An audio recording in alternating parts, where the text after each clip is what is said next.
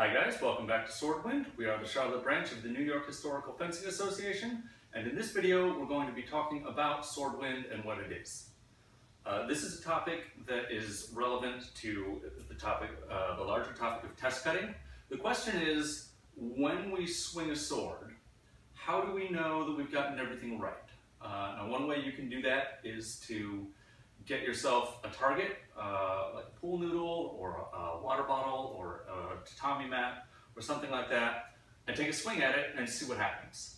There's nothing wrong with that, except that it requires a lot of prep. It can get expensive, and it's overly complicated is I guess the point that I'm making. Anytime you are swinging your sword through a medium it can pass through, whether that's a solid target that is destructible or just air, you have the capacity to be test cutting. The point here is, so there are a lot of things that go into a successful cut. There's the hip rotation, there's the tip acceleration, there's the extension. We've talked before on this channel about kind of getting the sweet spot in momentum and blade depth. One of the things that is hard for people to get any feedback on, oftentimes though, is the edge aligned. Now this is something that everybody who knows anything about swords quickly learns is important to getting a cut. Obviously, if I slap myself like this, my sword is not going to cut me because I have not struck myself with the edge. But what if I strike like this? Well, I don't know if you can tell from the camera, this is not actually straight on. It would probably make me bleed. It would absolutely not disable my arm.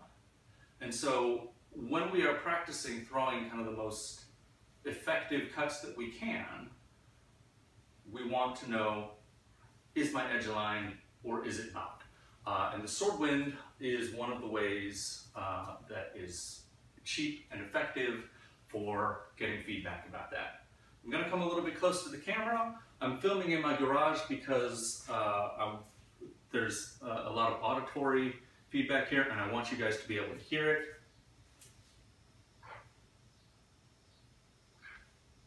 So hopefully you could hear the difference in pitch between those two swings. And that is critical when you are using Swordwind as a feedback tool. I sometimes hear this referred to, even in HEMA circles, as tachikaze, which just means swordwind. The point of using Swordwind as a feedback tool is not to make a sound.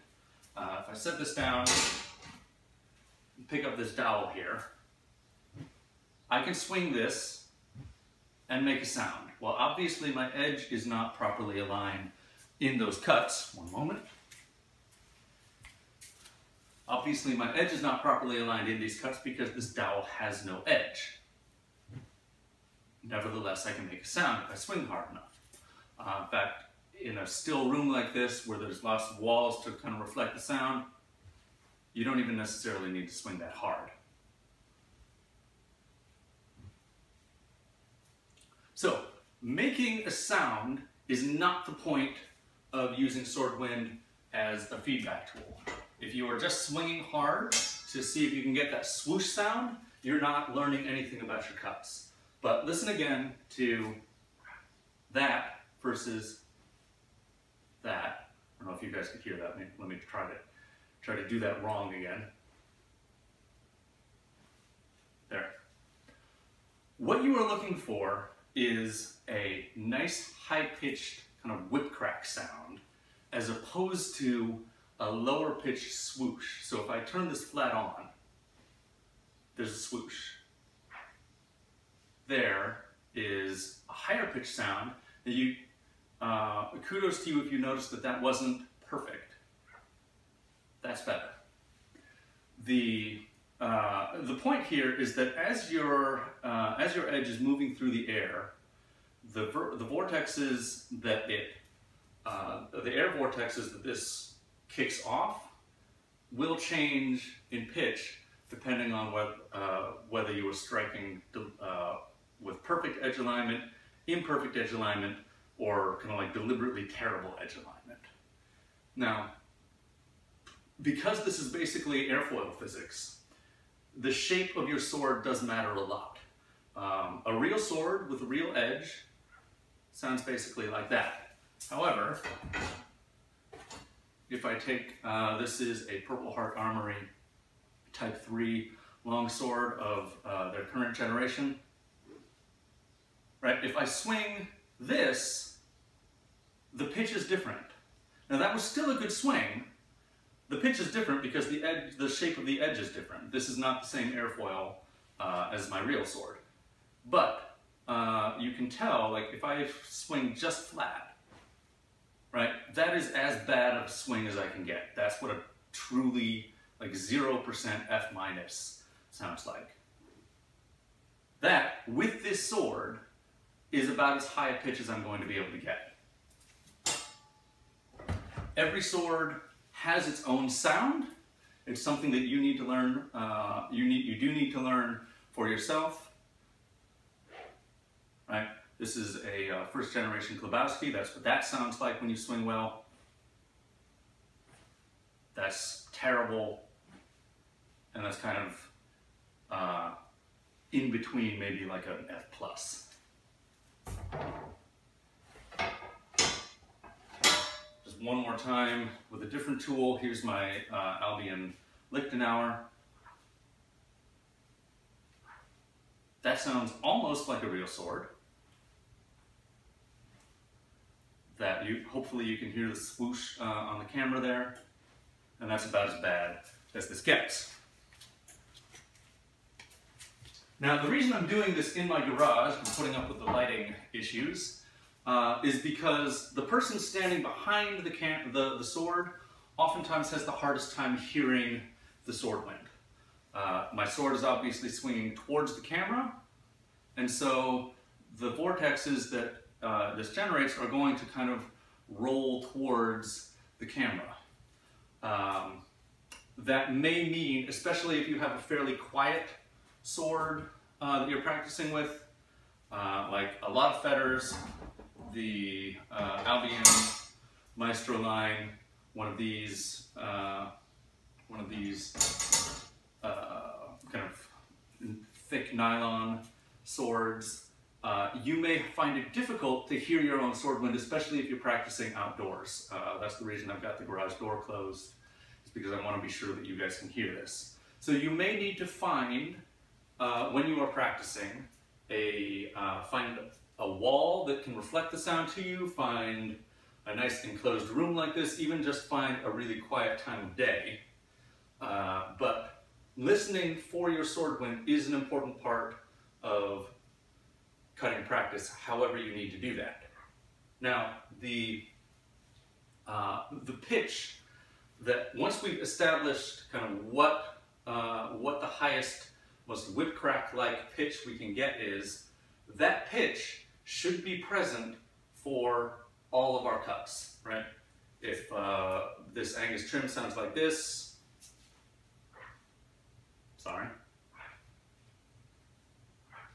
sounds like this, with an Oberhau, it should sound the same whether I'm doing whatever kind of cut I'm doing. If I don't get that whip crack, that was a failed cut. Now, a reminder, of course, when I say failed cut, I don't necessarily mean a cut that would literally do nothing to an opponent. A failed cut may make your opponent bleed. A failed cut may even possibly cause them to at least temporarily lose control or lose the use of some part of their body. Maybe you just rung their bell really hard, maybe you bruised their bone, but when we are practicing to cut, remember, we are looking for dismemberment here.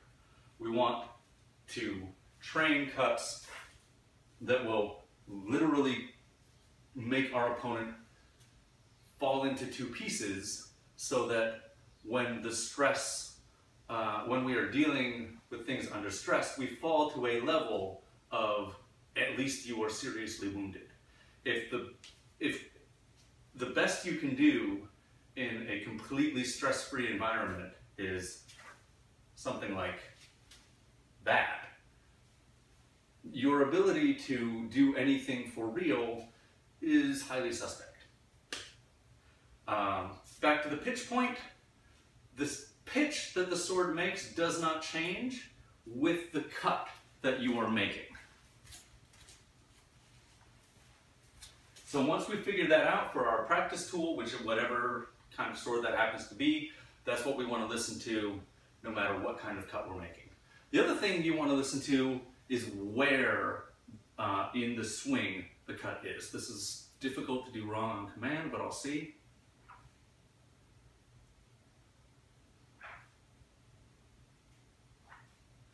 Hopefully you could hear that those that pitch, that wood crack pitch, came from kind of here, from down here.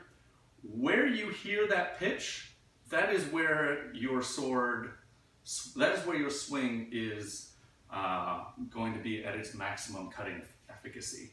And for lots of reasons, we don't want that to be just up here, or just here, or just down here. We want that to be all the way through the swing. There are a couple of reasons for that. One is that if something stops our sword unexpectedly, such as our opponent's sword, maybe they move to parry, I want to already be at good cutting speed up here so that I can blow through that and get the most advantageous bind possible. This is also, by the way, why blocking with your arm is really such a bad idea.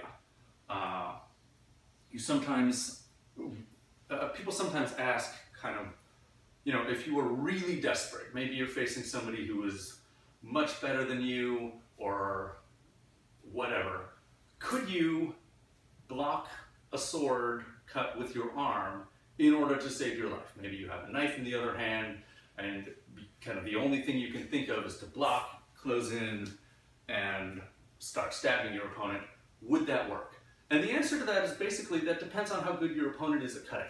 If they can only get the Tachikaze right up here, like that, yes, it might work. Your arm may be ruined for life, but yeah, you might be able to live. If somebody can get up to full speed from here all the way down through the arc, you're just going to lose your arm and the sword's going to keep on going. Now, from a self-defense standpoint, I'm absolutely not recommending that anybody try and block a sword with their arm. Basically, I don't think it's a good idea to bet that your opponent is a crap cutter, especially if they bothered to come at you with a sword. On the other hand, as the person wielding the sword, yes, you want to be able to cut all the way through this arc. So that is kind of the highlight for how this works. Now, question, how do you get the pitch that we're looking for? To some extent, that is a matter of practical experimentation. One of the reasons it is difficult to tell somebody that when you finish a cut, your blade should be angled, you know, 16.5 degrees off center or whatever this happens to be. And I find that it's actually more effective for students to just listen for the sound, or pair up students so that they're swinging at each other and they can give each, and the partner, the listener, the one who is not swinging the sword, can say, I didn't hear that. Or, I heard it, but it was more of a whoosh, not so much of a crack. Or, I heard it only up here, and then you ran out of steam for the rest of the cut, or whatever the feedback may be. In terms of kind of what angle the blade should be at, that's something I hope to get into, at least in the way that I teach it to students, more in videos down the line. But rather than, kind of the headline is that rather than trying to specify angles, give general attitudes. With an Oberhau, for instance, I tell people, think edge down. think edge down, until you get this nice and cracky. And when you are practicing at home, practice different angles, here, here, here, until you can maximize the pitch of the sound that you're making. That is going to be slightly different for every cut. That's part of learning what the cut is and what your body has to do to make the sword not just kind of move in the gross general direction of a cut, but move in a way that will actually cut.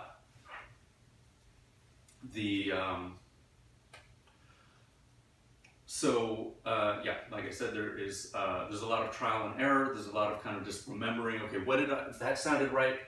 What did I just do? Make my body do that again.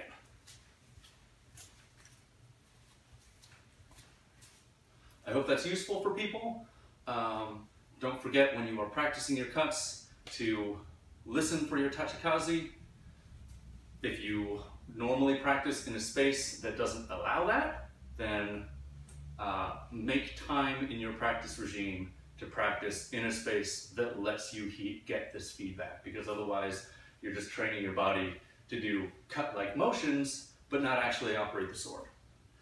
So I hope this has been useful for people, and I will see you hopefully in a week or two with another video. Thank you very much.